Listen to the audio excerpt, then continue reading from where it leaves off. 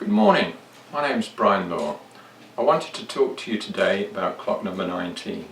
Clock number 19 is a little different for us. As you can see, it's completely made from plastic instead of wood. And it's done that way for a special reason. What we wanted was to design a clock that was simpler to build than the traditional wooden clocks, that didn't need expensive equipment well, the CNC machine is expensive equipment, but it didn't need machinery other than a CNC machine and the basic hand tools that you'd find in a workshop. We've made all of this from a 3mm thick Perspex sheet, and we've done it in A4 sizes so that it can fit onto most CNC machine beds.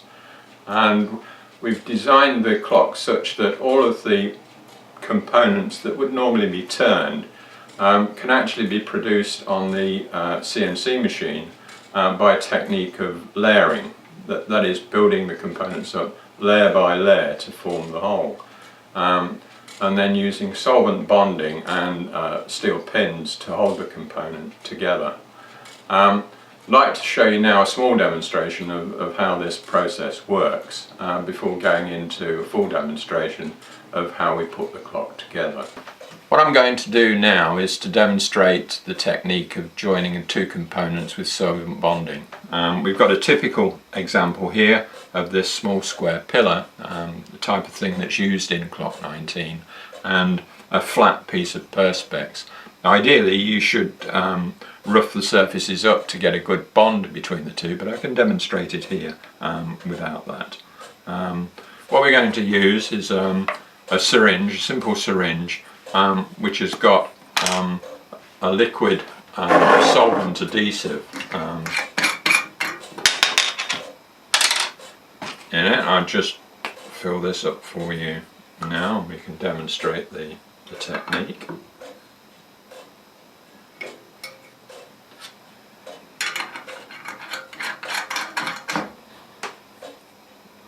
Okay, once you've positioned the two components, and to be honest it's best to clamp them into place, what you need to do is to inject, and that's simply it. We put that adhesive down, it's wicked around the bottom and into the joint, and it's now taking hold. It's actually welding the two components together, and after a few seconds we'll see that it is actually gripped. Now I won't try to pull that apart at the moment because it's not reached its full strength. It has to dry before it's reached its full strength. Okay, what we have here is an example of a real component in clock 19. It's actually the pendulum, which we're going to fit together here to demonstrate the technique. As you can see, we've got the back plate for the pendulum, which has got 4 pins in it. Well, all of these have been machined on the CNC machine. The whole pitching, of course, is exactly the same for each one, so when they're all fitted together it should create one solid whole. So I'll start this process off by steadily building up layer by layer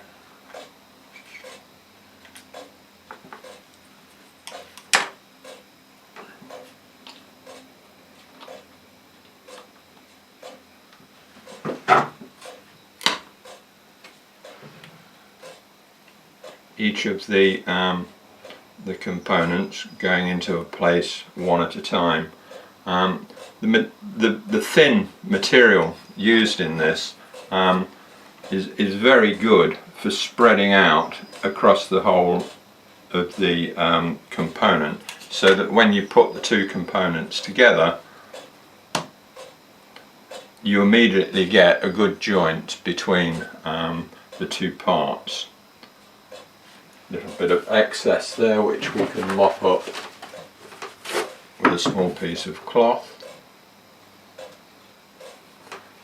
And at this stage, this particular component, the pendulum, requires a small lock washer to be fitted into place so that the adjusting screw or the locking screw can be fitted in afterwards, and that goes in at this stage. Then the next two parts can be fitted now.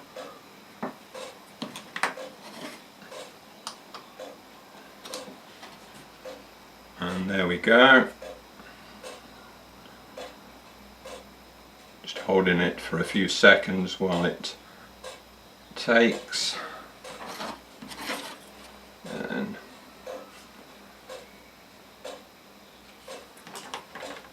this final section.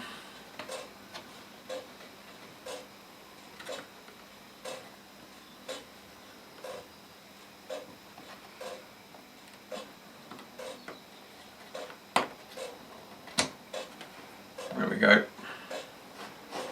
Holding it down until it's joined correctly. Okay, that's in place now.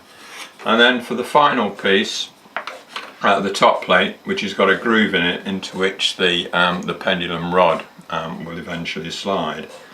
So for those two parts, just a spot of adhesive, mount this over the top and press into place and hold. Now, as I've just demonstrated with the other component, we should leave it now until it takes firm hold. So I'm not going to do anything else with it at the moment.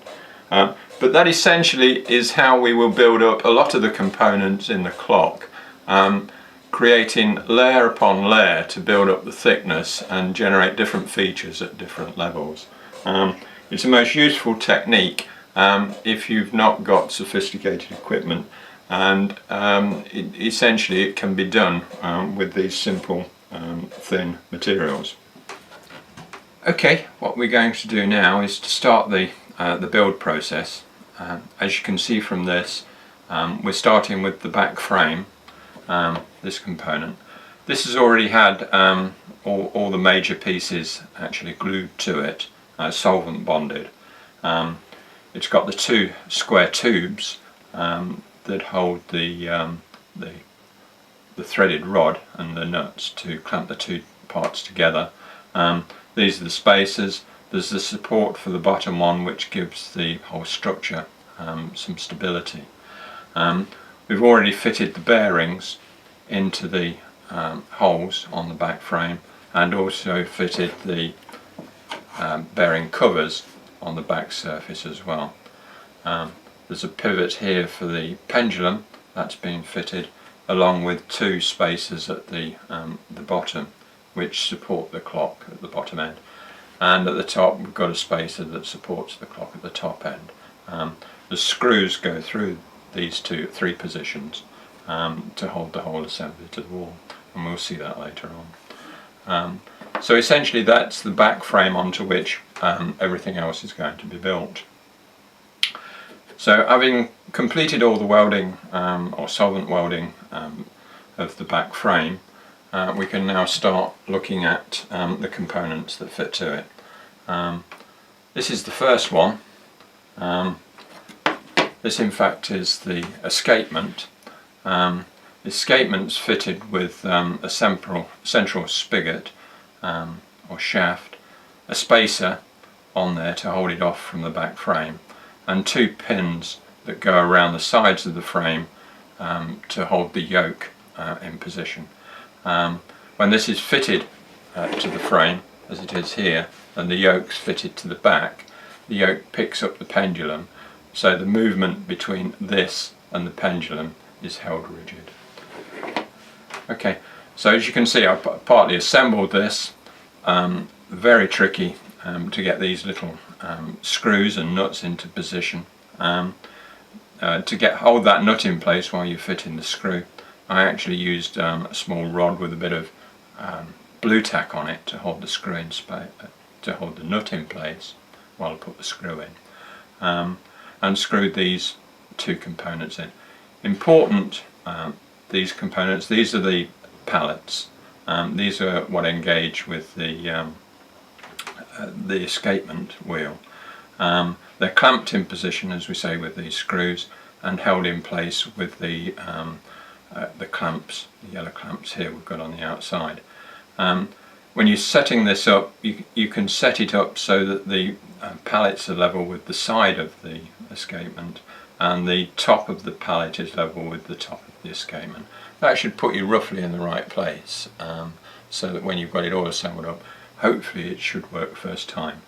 If there is any unevenness in the working of the clock, then it's usually the pallets are at fault, and you can adjust the depth to which the pallet penetrates the escapement wheel by moving the pallet up and down by, I think there's about 2 millimeters movement in either direction on this, but really you shouldn't have to use that.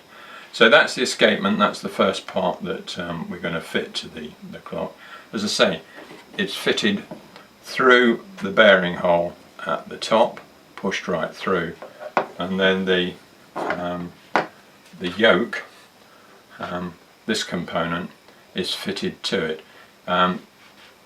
It's fitted to the main shaft at the top, and then these 2 holes at the side slide onto these pillars, so it holds this whole assembly rigid. Now, this is always a bit tricky to get on, to align the three holes all at the same time, but I'll give it a go, making sure that everything is facing in the right direction.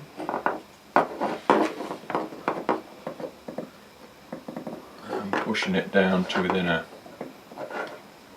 couple of millimeters of the back frame. Now you'll notice here that it's got to be clear of this back bearing cover, which it just is. So that's the first component to be fitted. We can now look at the escapement wheel. Now the escapement wheel is this piece. It's going to be fitted into this hole just here beneath the escapement itself, and the wheel engages with the pallets. We'll see that when we've got it fully assembled. But for the time being, if I just take this off, you can see that I've completely assembled this already. It consists of these spacers which space it so that it fits exactly between the 2 frames in the right position. There's a short one at the back and got a longer one at the front. Now it carries the 2 gears, the escapement wheel and the small 16-tooth wheel, with a spacer in between. Now these 3 components are fitted together using 2 pins. You can see holes were drilled when the components were routed out. These pins were then fitted, and that holds the 2 in the right relationship, one to the other. Not that there is a relationship, but it holds the whole thing firmly together. And this, when you take it off the router, should be a nice tight fit on this shaft when those 3 components are fitted together in this way. They can be solvent bonded, as we've already seen, or in this case they need just really to be fitted. If it's a tight fit, you can leave it at that. You may find that you've got to drill through the 3 components after it's been assembled, so that you can get it more easily onto the shaft. But this should always be a reasonably tight fit onto the shaft. So that's the first component to go on. Fit in here, push it down until the spacer touches onto the bearing, and that should place it in just the right position for the escapement to engage.